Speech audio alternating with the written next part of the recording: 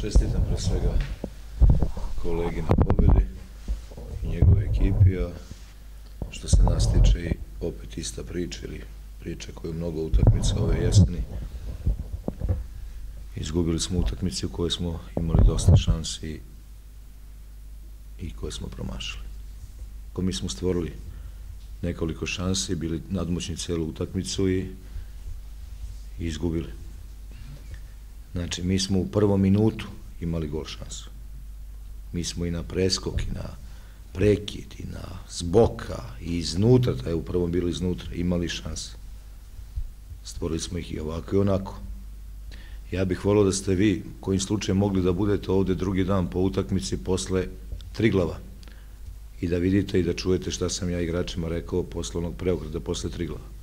Sad, posle ovih bitaka, lako je da svi budu generali. Normalno je u sportu da i dobijate i da gubite, da nekad i dobijete kad ne zaslužite i da gubite kad ste zaslužili da pobedite, tako dalje. Nikome nije lepo, pa ni meni, što smo izgubili dve utakmice. I tamo smo u prvom poluvremenu, samo bili ubedljivo nadmoćni, imali šanse opet od prvog minuta. U Velenju izgubili smo iz prve šanse koju je protivnik imao.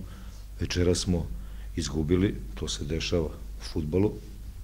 Ali pošto opet malo dalje i dublje gledam, jer se radi o mladoj ekipi i ekipi koja je u stvaranju i koja bi trebala da ostane malo duže ili da pretrpi neke korekcije u selekciji, možda i minimalne i možda još da se podmladi, onda je dobro da su šanse stvorene. Sad na koji način, da li je to kako smo se pripremali, da li je to onako kako smo uspeli mi da dobijemo Goricu tamo, jesmo li primili gol iz bočnog prekida i večera smo ga primili iz bočnog prekida, sudija je svirao tamo ofsajd. Mura ima dobrih pojedinaca, a zadnje na tabeli. Mura ima koliko, 14 bodova manje od nas, zašto bi bio strah? Dajemo po desetine golova, stotine golova od Velenja do ove utakmice je bilo 3 dana, imali smo 3 treninga, mi smo dali 500, 530, 40, 50 golova smo mi dali, ono što smo evidentirali i brojali u raznoraznim situacijama, koje je napadač, koje je vezni igrač. Znači, niko od napadača nije bio ispod 70 golova.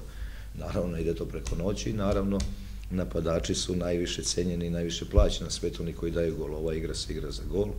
Ko ne da gol, ne može da pobedi, možda sačuva 0-0. Nama se to dešava svaki put isto ove godine, ne damo gol i šta očekamo, smo dali gol, eto, bilo bi 1-1, po ovome što je Gorica dala 1, da je dala drugi, onda bi bilo 2-1 za njih. Puno rada, kad će se taj rad primiti, u smislu jako puno grešaka u pasu na 5 metara, na 10 metara, u smislu tog šuta, pa danas su, ako se ne varam, Milan, eto, 3 puta sa gol linije, a igrači Gorice spašavali gol.